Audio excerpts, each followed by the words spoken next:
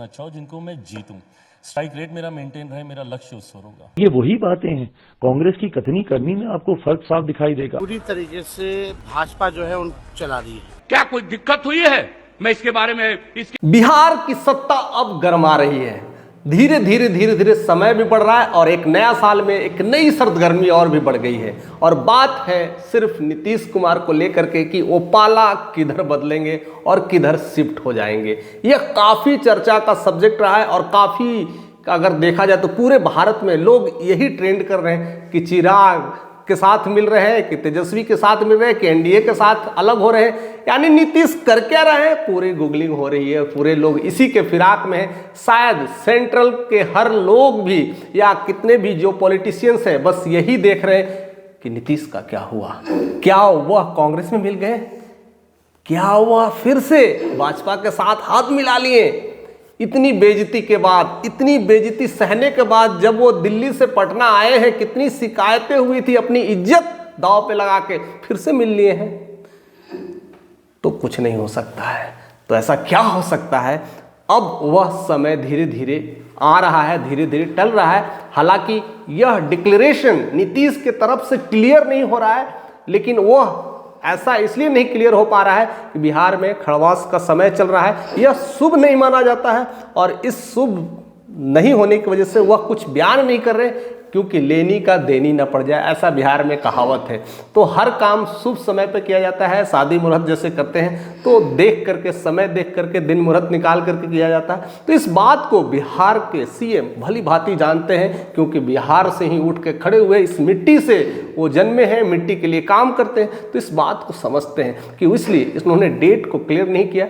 यानी 14 संक्रांत मकर संक्रांति होती है, लेकिन बिहार में यह अब डेट 14-15 हो गई है, मकर संक्रांति की डेट 15 टल गई है। तो फैसला जो होने वाला वो 16 जनवरी को होगा। यानी 16 जनवरी का जो फैसला होने वाला है वो काफ़ी दिलचस्प होने वाला है कि यह बीजेपी, आरजेडी और कांग्रेस, इस तीनों में किस तरह का तालमेल बैठेगा और नीतीश किसके तरफ झुकेंगे।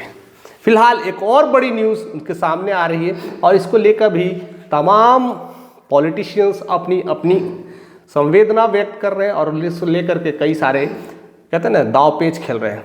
अब दाव पेच में आता है आरजेडी के जो एमएलसी है सुनील सिंह की सदस्यता रद्द हो गई है। भैया देखिए, बहुत कुछ हो रहा है पॉलिटिक्स में और उसमें भी बात करें तो आरजेडी के साथ खेला तो खेला जा रहा है। अब यह सदस्यता किसने रद्द किया और क्यों रद्द किया, इसके पीछे एक कहानी है। अब सुनील सिंह जो नीतीश कुमार हैं मुख्यमंत्री के रहते हुए पिछले साल, अब तो पिछले साल कहेंगे, साल निकल गया तो पिछले साल की बात करेंगे, उन्होंने नीतीश कुमार की मिमिक्री कर सदन में रख सके महोदय, किस तरह का इसमें पाप मिमिक्री कर दिया। अब एक नॉर्मल इंसान, एक यूट्यूबर कोई करता है तो ज़्यादा फर्क नहीं पड़ता, एक नेता, एक सभ्य और लगातार हमको धमकी देते रहे, तुमको बर्बाद कर देंगे, एक कर करके उनकी अवहेलना करता है, अगर निंदा करता है तो उसकी वजह से उनकी सदस्यता रद्द कर दी गई है। अब रद्द तो कर दी गई है, अपमान का तो सजा तो मिल गया है, लेकिन वह सीट वैकेंट हो गया है। अब वो सीट वैकेंट हुआ है तो अब आ रही है कि सीट वैकेंट है तो उसमें भरेगा कौन। अब आरजेडी तो पक्का जान गई कि हमारी सीट तो गई, अब वहाँ पर तो दाल गलने वाली नहीं है, क्योंकि बहुत सारे वैसे से बात को लेकर के मिजाज कुछ तेज होगा। लेकिन फिर भी मुझे लगता है कि आरजेडी के तरफ से कोई ना कोई आएगा। अब बात आती है कि अब एनडीए में कौन आएगा। एनडीए में खेला होने वाला है तो एनडीए में कौन आएगा। चिराग भी अपना सोचेगा कि मेरा भी विधायक यहाँ बन जाए।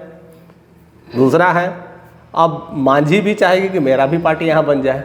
दूसरा, नीतीश भी चाहेंगे और उपेंद्र कुशवाहा भी चाहेंगे। और फिर जो बात है, बीजेपी क्यों नहीं चाहे, क्योंकि उसके भी तो सीट अगर देखा जाए तो विधानसभा में 80 सीट है, तो एक और सीट मिल जाएगा तो प्लस 81 कौन नहीं चाहेगा, फिर तो दबदबा बना देंगे। और कहीं ना कहीं नीतीश कुमार थोड़ा पीछे हैं, 45 पे अटके हुए हैं, तो शायद वो भी चाहेंगे कि अगर कुछ प्लस हो जाए तो हम अपने आसपास में कुछ अच्छा सा समीकरण बैठा पाएँ। तो यही सारे संख्या बढ़ाने के लेकर के जद्दोजहद चल रही होगी। फिलहाल उसकी वोटिंग 23 जनवरी को होगी और 23 जनवरी का भी रिजल्ट भी अनाउंसमेंट होने वाला है। तो अब 23 जनवरी को होगा तो इससे पहले ही मीटिंग हो जाएगी कि किसके, अब एनडीए में तो क्लियर है कि एनडीए में किसके विधायक वहां पर लड़ेंगे। अब तो लड़ना किसी एक को है। अगर ये चारों में से अगर दोनों दो अगर आ गए, अगर नीतीश के भी कंटेस्टेंट आ गए और बीजेपी के आ गए या चिराग के भी आ गए या मांझी के भी आ गए या उपेंद्र कुशवाहा के आ गए, तो समझ जाना भैया अब तीर कमान से निकल चुका है। अब नीतीश का किसी तरह का कोई झुकाव एनडीए की तरफ नहीं होने वाला है। वह इस सीट को लेकर के काफ़ी कुछ चर्चा बन रहा है और काफ़ी कुछ चिंगारी अब तेज हो चली है और उसको लेकर के हर कोई अपने विधायक में बनाने की फिराक में है। तो अब एक क्रॉस वोटिंग होने वाला है। विधायक जितने वो क्रॉस वोटिंग करके भी कर सकते हैं या फिर एक दिन में ही सारा कुछ होगा, वोटिंग होगा और रिजल्ट भी शाम तक आ जाएगा। तो कहीं ना कहीं वहाँ पर जो भी एमएलसी के बनेंगे, विधायक बनेंगे, तो वो अपना दबदबा बनाएंगे, उस क्षेत्र पर अपना कब्जा करेंगे और बहुत कुछ बदलने की चुनौती रखेंगे। यानी जो जीतता है तो उसका पलड़ा भारी ही रहता है, यानी एक सीट तो कंफर्म हो गया। तो उसको लेकर के भी बहुत खेला होने वाला है। अब उस खेले में यही अब मकर संक्रांति बीच में आ रहा है, एक मंडराते हुए समय को लेकर के लोग अफरा तफरी में कुछ कर नहीं पा रहे, लेकिन ऐसे ऐसे सांकेतिक सुन आने लगे हैं, ऐसे ऐसे कुछ न कुछ बहस मिजाज और आपस में ये चहलकदमी होने लगी है, जिसके वजह से यह सरगर्मी तेज हो गई है कि बीजेपी अपना कैंडिडेट उठाएगी कि नीतीश अपना कैंडिडेट उठाएगा, कि चिराग उठाएंगे कि मांझी उठाएंगे कि उपेंद्र कुशवाहा। अब एनडीए में इतने 5 लोग हैं, अब कौन अपना प्रत्याशी उठाएगा, इस सारे कुछ खेल अभी बना हुआ है। और दूसरी तरफ आरजेडी तो अपना कांग्रेस आप आरजेडी करेंगे तो जो भी है करना।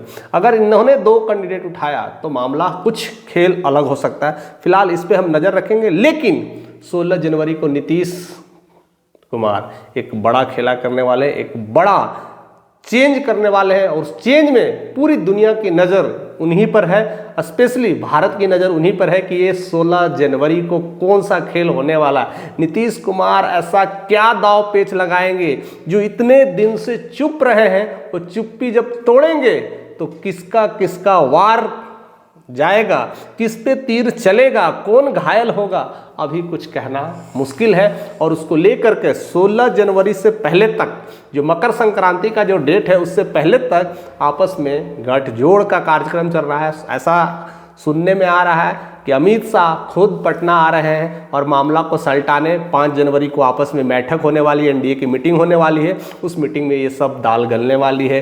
क्या क्या हो सकता है, बहुत कुछ दाव पेच होने वाला है। फिलहाल आप 16 जनवरी तक ऐसे ही बने रहे। अगर चैनल पे नए हैं तो सब्सक्राइब करिए, क्योंकि ये डंका जरूर बजने वाला है। बिहार का रुख बदलने वाला है। या तो नीतीश एनडीए के साथ जाएंगे या तो स्वतंत्र होकर के बिहार के लिए खड़े रहेंगे। ऐसा बहुत कुछ हो सकता है। तो ऐसे हमारे साथ बने रहें, हम ऐसी वीडियोस आपके साथ लाते रहेंगे।